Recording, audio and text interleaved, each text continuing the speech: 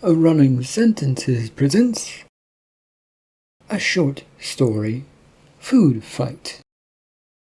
Two young boys prepare for Thanksgiving and the food fight that one of them actually intends to start.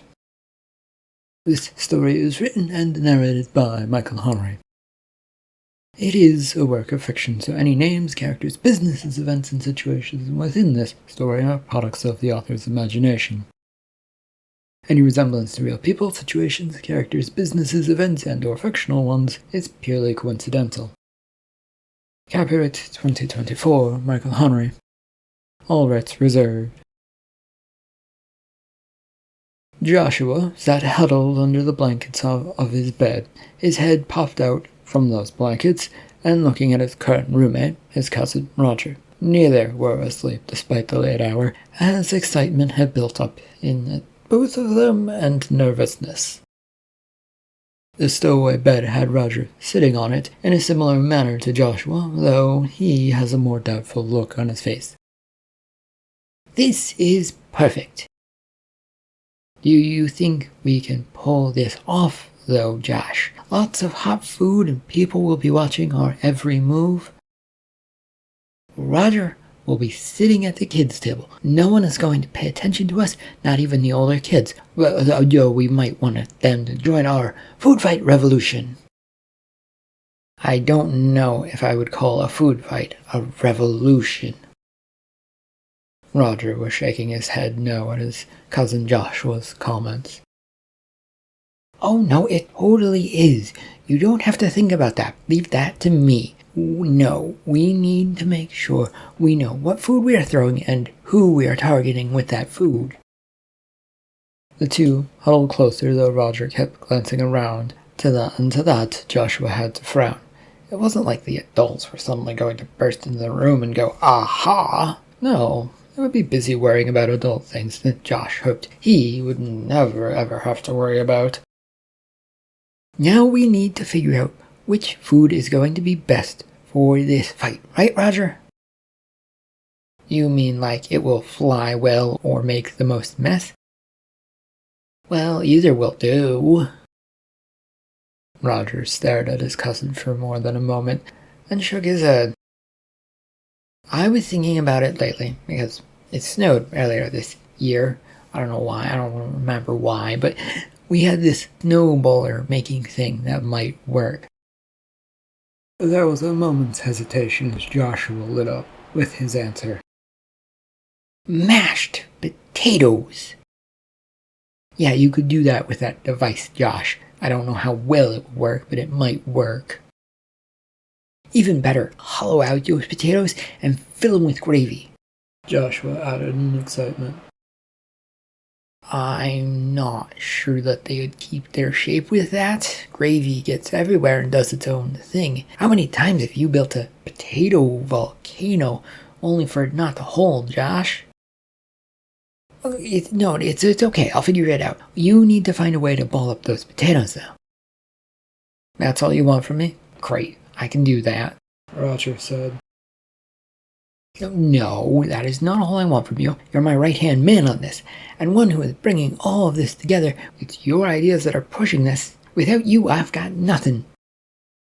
Roger looks over his cousin doubtfully and lowers his voice. "You're going to blame all of this on me, it sounds like. The second things turn—" "What was that, Raj?" "Just wondering how we're going to have any time for this." "Oh, our parents won't be paying the slightest bit of attention to us. They'll be busy with food and stuff." "There is one thing that will take all of their attention, though, and that's the food. How are we going to pull this off if they're staring down at all of it?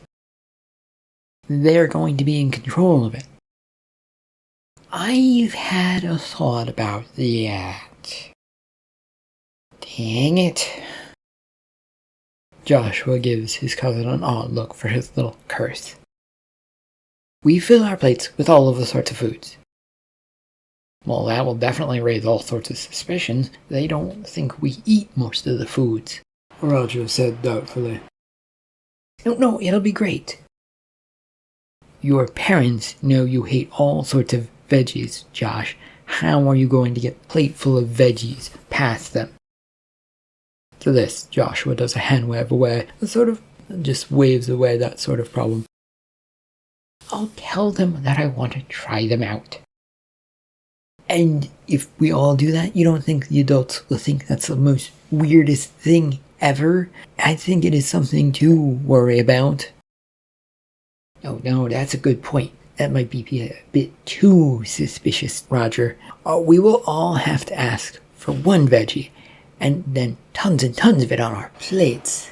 Once we have the ammo, let's then rush back to the kids' table to start the construction. Roger was shaking his head ruefully and just not really into this plan. I still don't see how this is going to work. Don't worry about it, Roger. It's all in my head and I can see it as clear as day. A knock on the door sent both boys sprawling and trying to make it look like they were asleep flat on their beds. A second later, with Cassie, Joshua's mom, poking her head in. Are you two asleep? Neither would respond, as Roger kept his eyes tightly shut, hoping that she would just leave. I know you two are planning something. It's always you and Roger getting into trouble, with Roger leading the way into messes. That made Roger flinch to the comment. It wasn't true at all, because it was always Joshua who was leading the way. Not that his mom ever saw it that way, or Joshua's mom ever saw it that way. He fought every urge to sit up and point towards Josh just to rat him out. He shifted in his position, curled up around his blanket, and squeaked open his eye to see what Josh was doing. His cousin was looking right at him, though his head was covered by the bed blanket so that they could only see one another. We'll be keeping an eye on you two. Don't think about doing anything. Joshua then sat up in his bed and pointed his finger towards Roger. Mom, I wouldn't do anything to ruin Thanksgiving, but I'm afraid Roger might. Your cousin is asleep right now. You shouldn't make such accusations when people can't defend themselves. But Mom... Hush, Joshua. Get to sleep.